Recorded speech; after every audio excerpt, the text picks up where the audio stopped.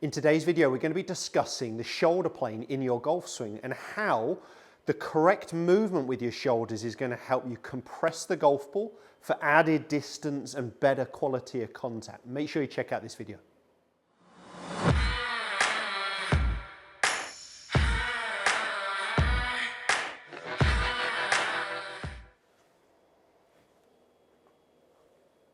So I'm just rehearsing those movements before going ahead, pulling the trigger without really thinking about it. So, Jon Watts here from the TruGolf Academy. You've joined me in my indoor studio, and today's video, as I mentioned there in the intro, is all going to be about a shoulder plane in the golf swing. So it sounds perhaps a complicated area, but it really doesn't need to be. And I'm going to be demonstrating just using a tall stick, a bamboo cane. And I think if you can get yourself in front of a mirror, patio window where you can see yourself and just do some of these slow exercises, you'll really start to build that understanding. This, for me, is an area of the game or an area of the golf swing that is often misunderstood. And if golfers can get this correctly, I'm sure they're going to maintain their posture better on the downswing and they're going to add compression. So effectively getting a little bit more from club to ball, a little bit more distance out of it. If this video is helpful, please hit the thumbs up. I'd love you guys to subscribe to my channel. If you hit the little bell icon, it just notifies you every time a new video goes live, at least 2 instructional videos a week. So I am going to start with, and I don't need the golf club, I'm just going to use the tall stick. I'm going to put a ball down as a focus point, and I want you to get the stick, the club, the cane, whatever it might be, and try and get it really on your shoulder joints there as high as you can, and cross your arms across your chest to hold it in. Make sure it's level, that one side isn't higher than the other. And I just want you to understand what the shoulders are doing. I want you to get into golf posture. And what we're going to be doing is making a backswing. So let's focus on the backswing part first of all. And obviously, me as a right-handed golfer, we've got to reverse this movement for a lefty. What we're trying to get here is our lead shoulder moving down and in front of us, my trail shoulder moving up and behind me. And you'll see that gives me a tilt in my shoulders, okay? So they're not on the horizon here, parallel to the ground, and they're of course not vertical. They are slanted slightly. So my lead shoulder has moved down in front of me, my trail shoulder has moved up and behind me. And that helps me coil in my backswing and maintain my posture. Now, to allow that to happen, a couple of things are happening here. My trail hip here, away from the target, is moving up and behind me, exactly the same as the shoulder is. So the shoulder and the hip are moving up and behind me. My lead side is moving down towards the golf ball. And that's helping me maintain my spine angle I started with. We start with a spine angle 50, 55 degrees, something along those lines. And we want to feel like we can maintain that. Now, there are golfers who will lose that in the backswing to try and generate some more speed. And fine, that's not a problem, as long as they come back down into position. I'm talking about consistency of quality, or consistency of strike, quality of strike, rather than just speed full out where we're perhaps up and out of posture on the backswing. So that's the backswing movement. Now, what I want on the downswing, and this is a key point for me, and this is where I'm going to really focus our attention in today's lesson, is what the shoulders are doing on the downswing. So I want your shoulders, by the time my elbow gets about level with my hip, or my trail hand gets about level with my trail hip, I want my shoulders to actually be horizontal. Okay, so parallel to the ground level and pretty much parallel to the target line as well. So my shoulders are actually moving back towards their original start position. By the time I get my trail hand to around my trail pocket hip height here. Now, if my shoulders went horizontal too early, you can see that means I'm coming up and out of posture. I'm standing up to achieve that. Golfers from there complain of feeling trapped. So they get the club effectively behind them, and then from there they have to use a lot of hands to try and recover.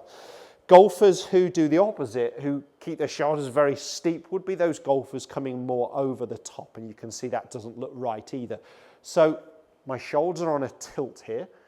By the time I get to my trail hand level with my pocket, I want my shoulders parallel to the ground, okay, so horizontal. In this position. Now I've got to still get my trail shoulder down towards the golf ball. So my trail side, right shoulder for me, is still moving down towards the golf ball. my lead shoulder is obviously doing the opposite, it's moving up and behind me. And that's given me the same shoulder plane that I achieved here in the backswing, is being achieved here into impact, just post impact, okay? So it's the opposite movement. Our shoulders are going this way, back to there by the time I get my hand level with my hip, my pocket height, and then my shoulders are doing the opposite on the way through. My trail side is moving down. And this is a part that's often wrong again, and this is where golfers don't compress the golf ball from. So when I'm getting that sensation that my hand is almost hitting the golf ball, my trail hand, you can see that's really applying that downward pressure force into my lead side, a real feeling I want to try and achieve and get here. My shoulders after impact do have to move back towards the horizontal again. I've got to come up and out of posture.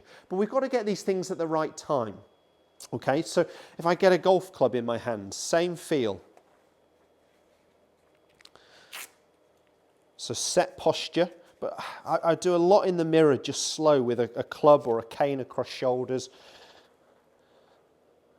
So my lead side has gone down and in front of me, my trail side's gone up and behind me, and you can see that's given my tilt of my shoulders. What I want to feel like is I get my shoulders back to more horizontal. By the time I get to this delivery position here where my trail hand, lead hand as well, is around my pocket height. From there, my trail side is still moving down towards the golf ball as my lead side is moving up and behind me. That continuation of movement means I'm going to come up and out of posture, straighten eventually. Let me just do a real slow couple of swings. No real pace to it, just to show you that.